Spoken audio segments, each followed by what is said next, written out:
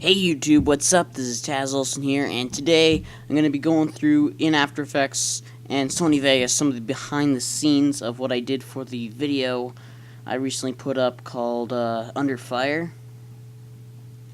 So here's what we had. Let's start with this one. This was a very quick scene. If you saw it, you're pretty good. Because, yeah, it was literally on screen for like 2 frames. There was this missile thing, and I had to go so fast because 1, it's a missile. It's a stinking missile. It goes fast. And 2, I didn't actually have a picture of a missile. I just took from Action Essentials. Action Essentials 2. They have this 3D bullet that just moves around. I'll show you it. In this composition, I have it. Actually, I guess it's just here. I can just bring this in, and you can look at it here. It just moves around, and yeah, it's really simple as that. It just moves around, and we work with that until we find an angle that we like it. Go to time remap, which we can go in time. Enable time remapping and just like freeze frame, or you what I did, I guess, time freeze frame. Simple. You freeze it like on the frame that you want, then bring it into here. I actually turn it into a PSD, which is a Photoshop document, but works the same. It'd actually be easier the other way. And this is what I did. And then I also added in a optical flare, which is like one of the coolest plugins ever.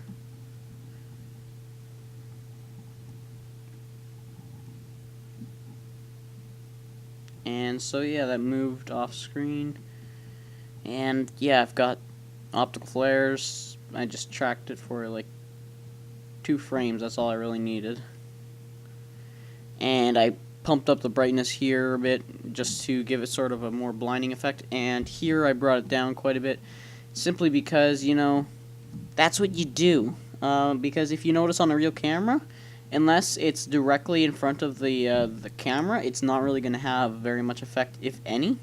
And so once it first comes in, like, a camera's going to adjust to the brightness and stuff, and it's also going to seem a lot brighter.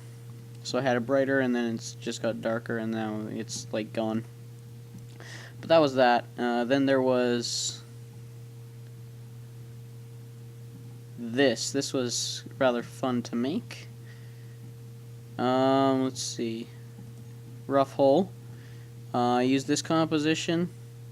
Pretty much just took rough holes. These pictures came from Action Essentials 2, so to damage. This is just this picture, you know, whatever. I chroma key or color keyed out some of the white. It was on snow, so it didn't really matter to get all the white. Otherwise, I would have worked a little harder on it. But I kind of liked it this way. And then I added 2 rough holes because, yeah, I wanted to. This one's a little bit larger. This one is just more the center of it, and it's darker on the curves. So it's more like the center of a hole because, you know, something like that's going to leave a pretty big hole. And I also, yeah, I put that into 3D space. That's the only 3D layer in the composition, as you can see here. And that kind of made for some issues because I was using a 2D motion tracker, but it turned out okay. Considering how badly it should have gone. It did turn out, yeah, it turned out okay. And you can see it moves around, and I just like tracked to the null object, null 10. Same with the dirt charge, which let's see, I just started here. Dirt charge started up, which is this. Because it was on dirt, it's gonna have an explosion. Like, it's gonna have a dirt charge, then I have an explosion come in, and timed it the way I thought would work best.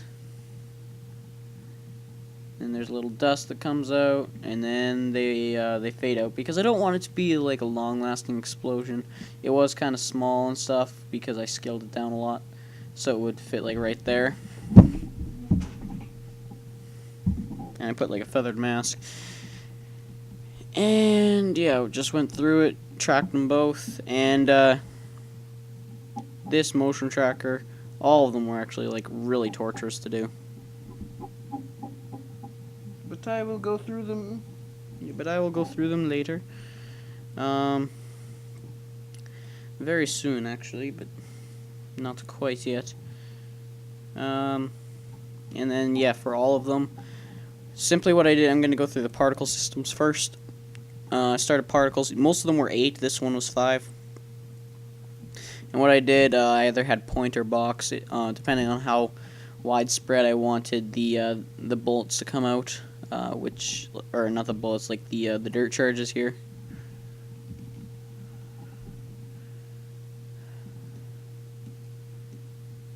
As you can see here, this is a dirt charge, and yeah, emitter size, didn't really have to change that for the points, for any of them really. Velocity, didn't really want that up for most of them, but for this one it was okay. I shouldn't really have had that.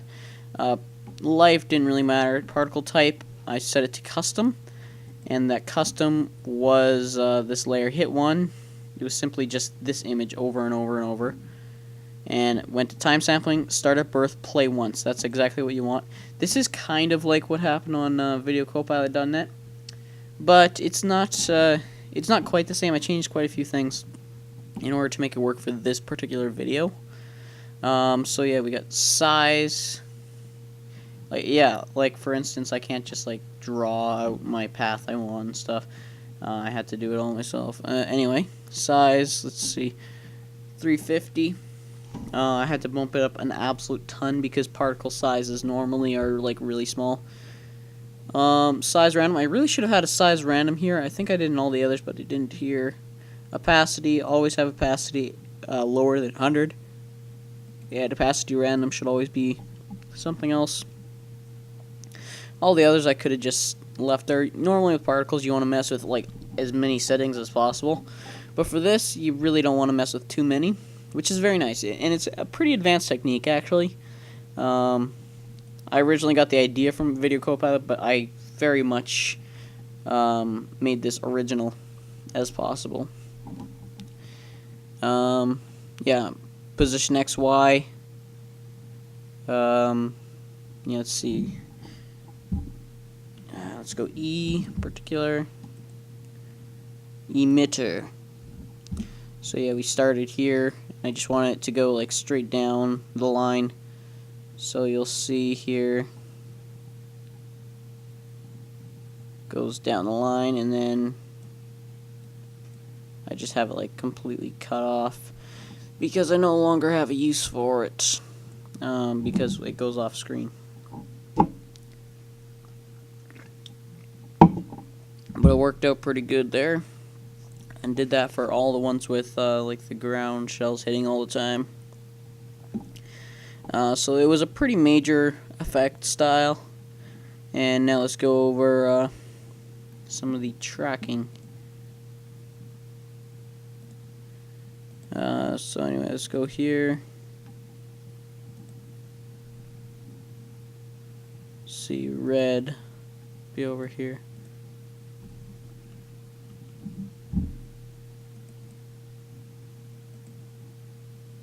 Motion trackers, tracker 1. So now we can see what trackers I ended up using. For this one I ended up tracking like those 2 points there. As you can see, like those things don't really come in till right there, and I motion tracked this whole thing, which was very tedious, and it didn't work the first like 2 times, so I had to do it like 3 or 4 times, and it was very annoying because you have to use like the whole screen for that and stuff. I need a second screen so bad. So anyway, I went through all that, and once it got tracked, I simply took the particle system and track it to the null object that you applied it to. So for instance, in this, it was tracked to the fifth null object. So that's what this particle system was tracked to. See, in this one I put particles per second 8. No velocity, because you don't actually want them to move anywhere. Life, yeah, that didn't matter. Custom. Size 310, certain, like, it depended on how I wanted it. Let's see, I wanted, some things I did change a bit. Let's see, emitter. The position I went through and, for the particle system, let's select the particle system, go into the composition. And basically the reason that I tracked it to the null object is basically, and the way I did it this way, like for instance, you know, I just, with the position points, I just drew out the path I wanted it to take. And that was the main, it was basically, like, this entire video was basically a test for that, so I think it's actually a success, because it did exactly what I wanted it to. Added some motion blur, because it's a 480p camera, and it's definitely got motion blur, like, to the max, so it was a big deal. And, so yeah, like, it'll go through the same motion, and on top of the motion that it's already taking, it's going to move as the camera moves, basically, so you can draw out how you want it to move, and then you can move the camera around. It's very, very nice thing to be able to work with, and I'm definitely thinking of using this later in the future. This is also a great test to try for practicing. Like, I no longer, like, with the stuff I learned from doing this test, I no longer really need to worry about setting up track points or having a like a tripod to make it something smooth. Now it's like, this worked pretty smooth, I think. And now with my new camera, like, the track points, they're a lot smoother. It's a lot easier to see them and define exactly what track points I could use. So that is definite. Yeah, I guess I didn't really mention, seeing as this was a 480p camera, I did have to track all of these custom. So I had to go like this for each and every one of them and find the spot I want. Go forward one. Go, like, move it over. Yeah, every single stinking one of them. Very, very tedious thing to do, but I liked the product quite a bit. Like, it was, yeah, it was obviously fake. The sound design, I'll go over later, but it was, like, terrible. But yeah, that's most of this. We got one more section to cover. So yeah, we went through that, and it was just like many of these particle systems that are tracked. So that's all that really was. Not a big deal. And then we get to this part at the end. Where'd the guy go?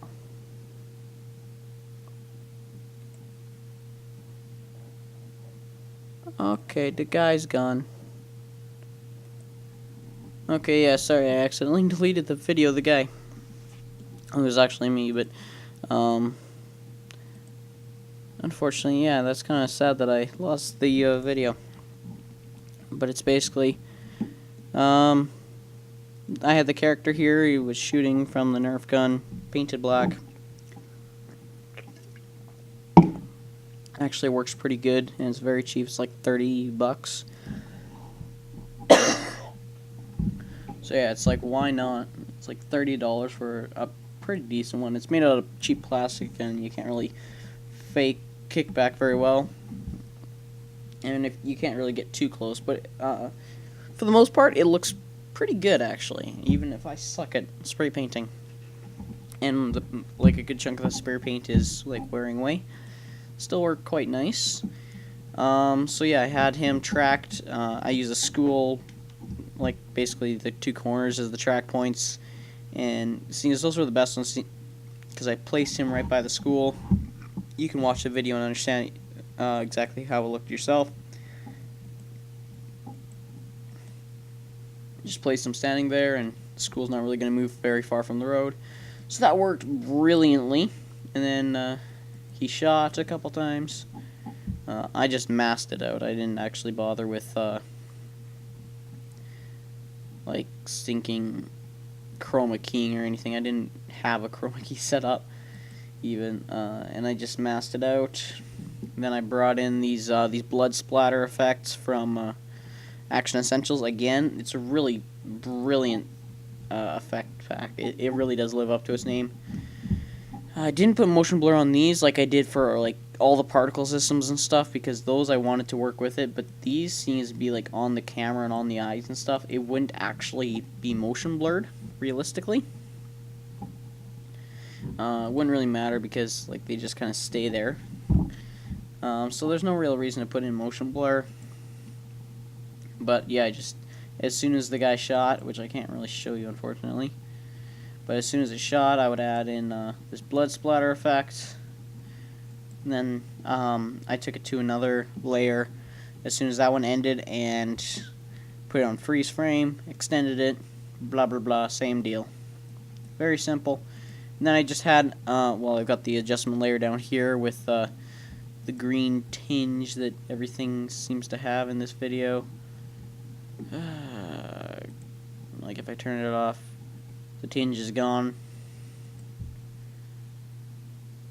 So you can judge whether you like it or not. I'm not crazy on color color correction. I don't do a great job of it usually. I did a pretty good one earlier today, but it was just a picture. And this I also had.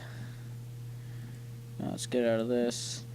Here, adjustment layer. I just had one close in to give it sort of like a blacking out effect.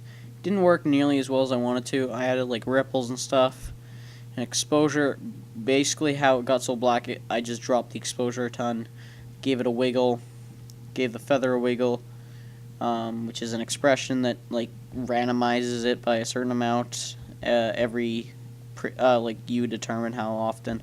It's really nice to work with, and that's why like I liked the exposure drop instead of just having a black layer, but it didn't work the greatest.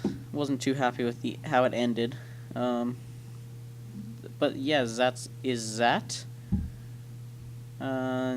not save. And let's open Sony Vegas, and I'll show you the other part. I like this gun picture on the back.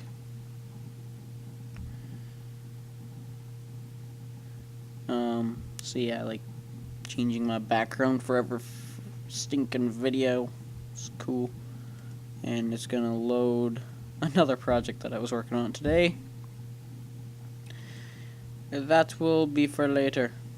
Although it'll also be on this channel later, but let's go desktop, completed videos. This is where it is. This is what I called it. Oh crap. Because that's what the original test video consisted of, just those words. So yeah, well, this loads. It may take a few seconds. But it wasn't really a complicated thing. I screwed up on the rendering a bunch, so there's like 5 different rendered videos on here. As you can see, these are the rendered videos. I screwed up on them, so I just linked them up. And then I noticed how fast this thing moved, so I just put that text in there. I have my set to draft half just so it renders faster. Because some of the videos lately, it's like I know what happens, I just need to like see roughly and move through it fast. Don't really need to worry about good quality for previewing. I usually have it set to like preview mode though. So yeah, went through that. Don't think I'm actually recording audio, but that doesn't matter. And I found these in the Action Essentials pack again in the audio tools. Very good. These were a bunch of just machine gun effects. I went through it, cut out all the blank spots, so it was just the machine gun sound, and I just reversed some of them, turned them back, and just kept reversing until it sounded okay. I'm really not great at sound design. It sounded like really repetitive after a while, and I'm sorry about that. I dropped the audio quite a bit too, so it didn't sound too loud, even though it should have been like super loud. They also have a debris scattering sound that I really should have used, but I didn't. I also have an explosion sound here, as you probably heard if you've seen the video. It's like 43 seconds long, so no reason not to really see it. And from there, I went to the cool part. I went to right-click, insert, remove envelope, go to volume, and you come up with like a bar here, and you just like right-click. You can like shift-click on a spot and add a point, and you can like draw it if you wanted, like blah blah blah blah blah blah. You can draw your points out if you want, but you don't have to. I wanted to do it like based on how close the attack was to the camera. So as it got closer, I increased its volume quite a bit. Here its volume would have been like really loud, even louder, and so the volume got louder. And that was pretty much it. I just like defined each of the points. You could also right click, add point. It's simple as that, and just go through the entire thing with that strategy, and that was the whole video. So I guess that's all I really have to say for this video. Till next time, my name is Taz Olsen, signing off. Bye. And I will be doing more effect related videos and video editing stuff like I used to soon. I'm working on some other stuff, so I will have time very soon. Anyway.